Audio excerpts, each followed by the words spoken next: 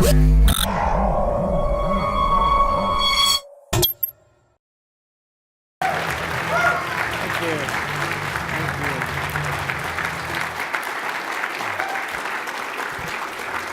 you.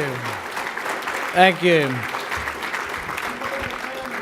I didn't know if he, I didn't get to hear the whole introduction, so I don't know if he told the truth or not.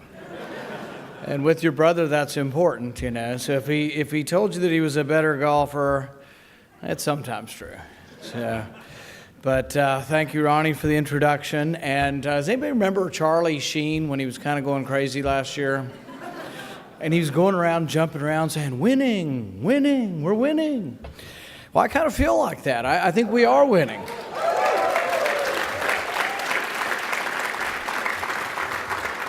And I'm not on any drugs. I just think we're winning. And I think we really are. I mean, last week we had an extraordinary week. For a change, you know, and I think quite unusual in the last century, the president came to Congress and said, we need congressional authority to go to war, and we're going to have a debate. And what's extraordinary about it is when you have a debate, people actually do debate the pros and cons. Typically what we've had in the past, and we still have many people, they start with a conclusion. Their conclusion is, well, this is in our national security interest. And it's kind of like, well, aren't we going to have the debate whether it's in our national security interest? They start with a conclusion. And so we never really have this debate, and often that comes after the bombs have been dropping. We begin dropping the bombs, and then we say, well, it's in our national security interest. The president came and had lunch with us this week, and one of the things he said, which he hasn't always stuck to, I don't believe, but he said, well, if there isn't an imminent threat to the country, we have to ask for congressional authority. So I asked him, well, is this verdict, if we vote no, is this going to be a binding verdict? And he kind of bobbed and weaved a little bit, and he said, well, you know, but he kind of indicated it was, but he indicated it was different than Libya. I think they're kind of the same thing, but I think what's important is that we did have a debate. And one of the reasons Madison said we ought to have the debate is when you have a debate, it makes you less likely to go to war. Doesn't mean you never go to war. There have been times in our history we've been fairly unified. When the Japanese attacked us on December 7th, 1941, we were fairly unified that we weren't going to take it, and we were going to respond, and we declared war. 9/11, I think we were fairly unified as a country, too, when we were attacked. So I think there are times when we are attacked that we can be unified, and when we aren't attacked, when we decide we're going to get involved because we say, well, American interest exists, well, you have to prove that, and you have to have a debate, and that's why it's important. If we take imminent threat off the table, and we say, when we're imminently being attacked or under siege or people attacking us, you can respond. But when that isn't occurring, which is most of the time, and the president admitted this as much in his remarks to us, he said, a lot of these things are ambiguous. Yeah, well, when it's ambiguous, we ought to have a debate, because then you have to prove to us. You have to prove that there's a compelling American interest in Syria. And as you all know, it's a pretty messy war over there. In all likelihood, Assad gassed his people. Doesn't make any sense why he would, but in all likelihood, all the evidence they give me shows that he did. But on the other side, you have Islamic rebels who enjoy publicly videotaping beheadings and showing, you know, what great people they are by chopping the heads of their victims off, or in other instances, eating the heart. Or actually, what I love about PolitiFact is these different news organizations that claim they're monitoring the truth, that they said, no, that wasn't his heart, that was his liver. It's like, I told my staff to send them back a tweet, and they won't. Sometimes my staff won't tweet exactly what I want to tweet. So I told them to send back a tweet saying, you know, I've seen my fair share of hearts, livers, and kidneys. If they want to have a contest, we'll bring them in and we'll have some gross pathology. We'll have the organs on the table, and we'll see who's better at identifying a heart from a liver. As if they were questioning, it's okay. He was only eating the man's liver. He wasn't eating the man's heart. No big deal.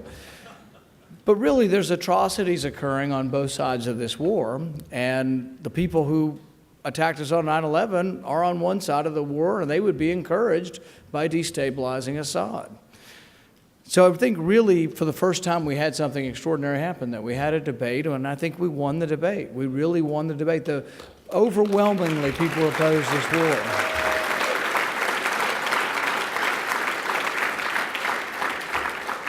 I gave a speech last night, and it was on foreign policy, and there were 200 young people who work on the Hill. And it was supposed to be a debate where people were debating back and forth. I was introducing it, and then there was going to be a debate on both sides of whether we should be involved in Syria. So I thought maybe the crowd would be a mixed crowd, and I said, well, I'm going to start out and I'll poll the audience. How many people here think it's a good idea to bomb Syria? Now here I think I probably wouldn't get many hands. I didn't get any hands. Not one young person raised their hand. I said, well, whoever's on the debate side that's going to convince these people to bomb Syria has got their work cut out for them. But that's true of the phone calls. We got thousands and thousands of phone calls, virtually no phone calls in support of being involved. And it's not that we're not sympathetic. It's not that we don't think it's horrific what's happening to those people. But you have to ask yourself, if you bomb Assad, is it more or less likely that he uses more chemical weapons? Well, John Kerry came to our committee and he says, I guarantee you he's more likely to do it if we don't bomb him. Well, I don't know. He already acted pretty irrationally if he bombed his own citizens when he knew it would encourage the rest of the world to get involved. That's behaving pretty irrationally. So do you think if we bomb him, he might launch bombs on Israel or Turkey or Jordan? The other reason they say we should be involved is because there's 500,000 refugees in Jordan. I ask the question, is it more or less likely there'll be more refugees in Jordan if we bomb them? I think more likely. I mean, we're going to scare the heck out of people, and they will flee when the war escalates. And then the other question, and this is, they think it won't happen, but it could happen, is it more or less likely that Iran or Russia become more involved in this, or that this escalates to a regional war if we get involved? Well, Iran and Russia are already involved. We're already involved as well, but I think it's more likely that it escalates if we get involved. The best course here really is a diplomatic solution, and I'm hoping we're heading towards it. Now, I'm not naive enough to say, oh, well, Putin, we can trust him every time and we can trust Assad. I think that isn't likely, but I think that Assad is feeling the pressure from his own civil war and that there is a reasonable chance that we may. Now, I saw somebody from I think it's Dan Mitchell from Cato was on the television tonight, and they were asking him about, Assad says we should pay him $1 billion to get rid of the weapons, and Dan Mitchell's response was pretty good. He said, why don't we just give him Obamacare?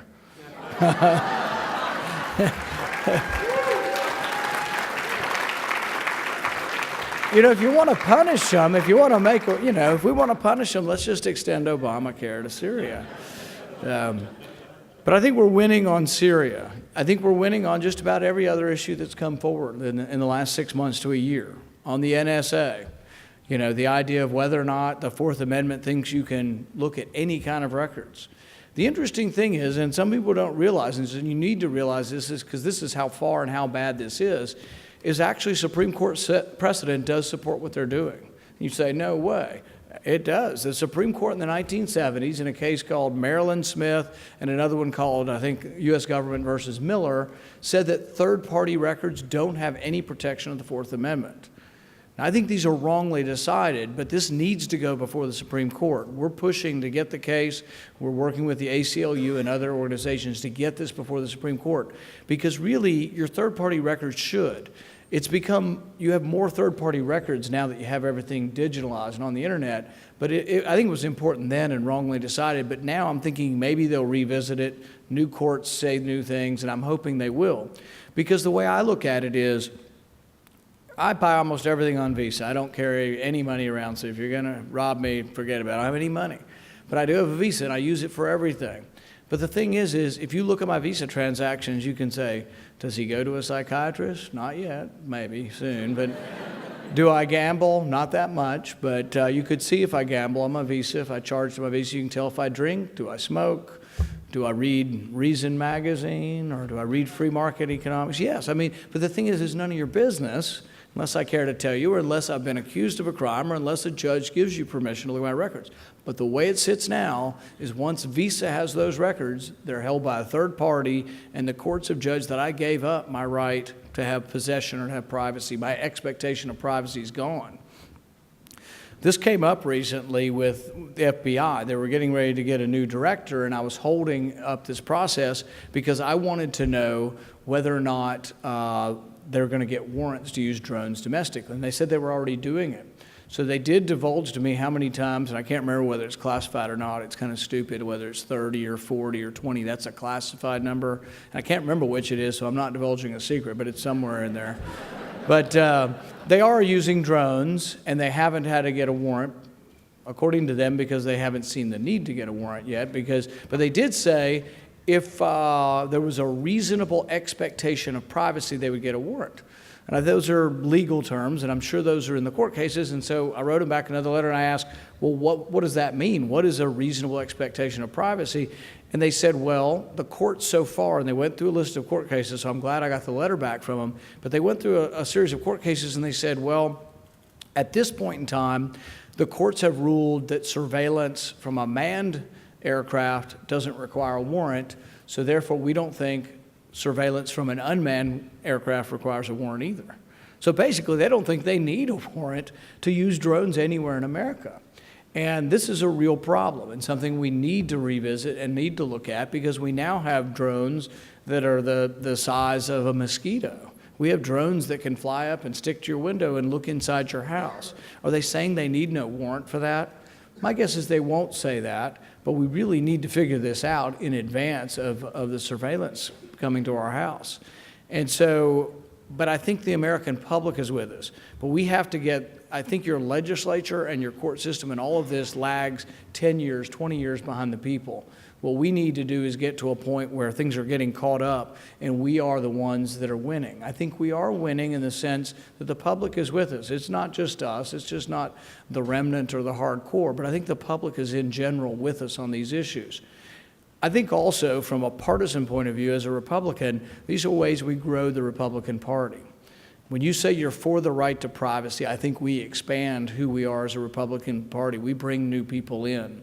I always tell people, it's like, President Obama won all the young people. He got 70% of the youth vote.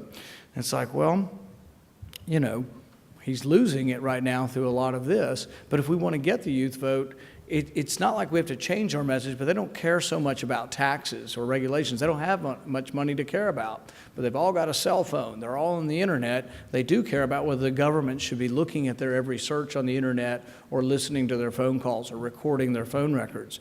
And so I think this is something that can appeal to young people. The youth numbers for president in the last month or two have gone down 20 points. You know, so he really is losing the youth over this issue. If we want a transformational event, a transformational election where Republicans become the dominant party, we could become the right to privacy. We could become the party of privacy, the party that doesn't believe in big government surveillance. If we do that, and you could see the opposite happening, you could see the Democrats nominating somebody who becomes a candidate. Who is this candidate? Who's for, you know, who's been the most aggressive for being involved in Syria? Hillary Clinton. Who's probably the least likely to protect your privacy among Democrats? Hillary Clinton. So you could see them nominating somebody who really becomes, you know, you can see the whole entire youth vote could switch if we know what we're doing. As far as other issues that we're winning on, you know, tapping reporters. I think finally we're getting some fair reporting of this president, because for the first time they're seeing that he's tapping their phones too. So when you see the Associated Press complaining, and then you see Fox News didn't take too much to get them to complain. But when reporters see that he's spying on their activities, when he's abusing his power of office, maybe we're getting a change. One of my favorite examples of how the media treated the press, how the press treated Obama in the beginning was, there was this Jon Stewart clip. And they had a fake reporter, you know, talking to Obama, and the reporter was asking him a question and then secretly trying to touch his cloak to get a miracle. And they treated him as if he could do no wrong. And really, he was treated with kid gloves. He didn't get any hard questions, I don't think. But I think some of that's changing now, and some of that's changing as we're seeing his abuse of power. I think we're also winning with regard to cutting spending. Now, I'd be the first to tell you the sequester is not actually really cutting spending, but it is cutting the rate of growth of spending. It's, you know, I didn't vote for it because I didn't think it was enough, but now I'm trying to hold firm to it so we don't break the sequester and actually spend more than the sequester. But on the sequester, the president came to the country and said, the world will end, the sky is falling, it's a disaster. The airplanes are going to crash into each other. We're going to have to lay off the air traffic controllers. The meat's going to be rancid. We're going to have to lay off the meat inspectors. And I was like, really? The first thing you're going to do is lay off the air traffic controllers? And you're in charge of the country? There's a lot of things that could be cut. And I've given him some suggestions. If you simply just don't rehire people, that saves $6 billion a year. That many people retire from the federal government every year, $6 billion worth. Just don't rehire people. If you were to have competitive contracts, meaning that you would think we'd go with the cheapest bid. We don't. We go with the cheapest bid, but we factor in prevailing wage, which is sometimes twice what the normal wage would be. So if you're going to build a federal project in this part of Virginia and you pay a carpenter $30 an hour, if it's a federal project, it might be $60 an hour. That alone, if you would do competitive wages and competitive bidding for all of government, that's $10 billion. The money adds up. There's $100 billion unaccounted for. They have no idea where the money is. It's been spent. It may not have been stolen. Probably wasn't all stolen. But they have no idea where it's been spent. They cannot account for it. The Pentagon's never been audited. They say they're too big to be audited. So we got companies that are too big to fail, and we have government agencies that are too big to be audited. That's a problem. But there's money to be found. The president, I don't think, is really listening, but he's lost that argument. We won the argument that you can cut spending and the world won't end. Well, you can cut the rate of growth of spending and the world won't end. But the thing is we won that argument because he said there were dire circumstances, and there's still people floating around the halls of Washington saying there's not enough money for defense and we won't be able to defend ourselves, or there's not enough money for social welfare and we won't be able to help people. 47 million people are on food stamps. You know, that's twice the number we had before. And I'm the first to say, you know, we can have some safety net. You can help those who can't help themselves. But I say if you look like me and you hop out of your truck and you put a handicap sticker up there and then you go get your disability check, that's a problem. And that's what we've got, is we've got a nation now where we've encouraged this to happen. But the sequester went by and the world didn't end. The world didn't end. We were able to do this. All these government agencies said they were going to furlough people. They scared all their government employees to death that this was the end. Turns out the other day, last week, there was an article that said like 6 or 7 agencies that said they were going to furlough people. None of them ended up having furloughs. It's amazing when push comes to shove what you can find to cut. Finally, I think if we want to grow the Republican Party, that may not be everybody's objective here, but it is my objective. If we want to grow the Republican Party, I think we need to pay attention to some of the liberty issues. One of the big issues from the liberty crowd has been indefinite detention. And when we passed it, the president, and this is really my main problem with the way the president thinks about issues, he thinks of himself as a good person, and so, I would never detain anyone. But it's not really the way we've run our government. You know, in the past, Madison said that if a government were comprised of angels, we wouldn't really need the Constitution. We really wouldn't need these restraints on politicians. But it isn't about President Obama. It really isn't. It isn't about who the current president is. It is about allowing anybody to accumulate that much power. It's why I was asking him. I didn't really think he was going to drone people, or as my wife keeps reminding me, I said, during someone's cafe experience, and ruin their cafe experience. I didn't really think he would do that. But at the same time, why wouldn't he explicitly admit he didn't have the authority to do that? So it's important not for him just to say he's not going to detain somebody. It's important for him to say he doesn't have the authority to detain someone without a trial, without a lawyer, without a jury verdict. And so this is an important issue. How is it an issue bigger than just for libertarians? It's an issue because I think this is an issue that we should take to communities that haven't been considering us. Think about it. Who in our system, who in our country has been treated unfairly by justice more than anybody else? African Americans. They're arrested disproportionately for drug crimes. The war on drugs has now made 1 out of 3 African American males a felon. They go to jail, then they get behind on child support, and they get out, and a day later they arrest them for not paying their child support. How are you supposed to catch up if you're in jail for 3 or 4 years for a nonviolent drug crime? You get out, you owe $3,000. You can't get a job because you're now a convicted felon. You get a job for $9 an hour, and they say, oh, you owe $4,000. And if you don't pay it, you're going back to jail. You can see how this cycle of poverty and the cycle of the war on drugs is hurting a certain group in our society more than others. I would say if we reach out and say, we're going to fix this, So this week I went to make a step forward and I testified against mandatory minimums. These are the laws that say if you're caught with possession of drugs, you get 10 years automatically, or sometimes more. There's a fellow by the name of John Horner. He's 46 years old. He had a bunch of pain medicine at home, and he thought he'd make a little extra money, and he sold it to a friend. I'm not condoning that. Turns out, though, the friend was an informant. He got 25-year mandatory minimum sentence. He's 46 years old with 3 kids. He may never see his kids again outside of prison. He'll be close to 80 years old when he gets out. Another young man by the name of Edward Clay, 18 years old, first offense for marijuana, got 10 years in prison. Another young man, Weldon Angelos, 24 years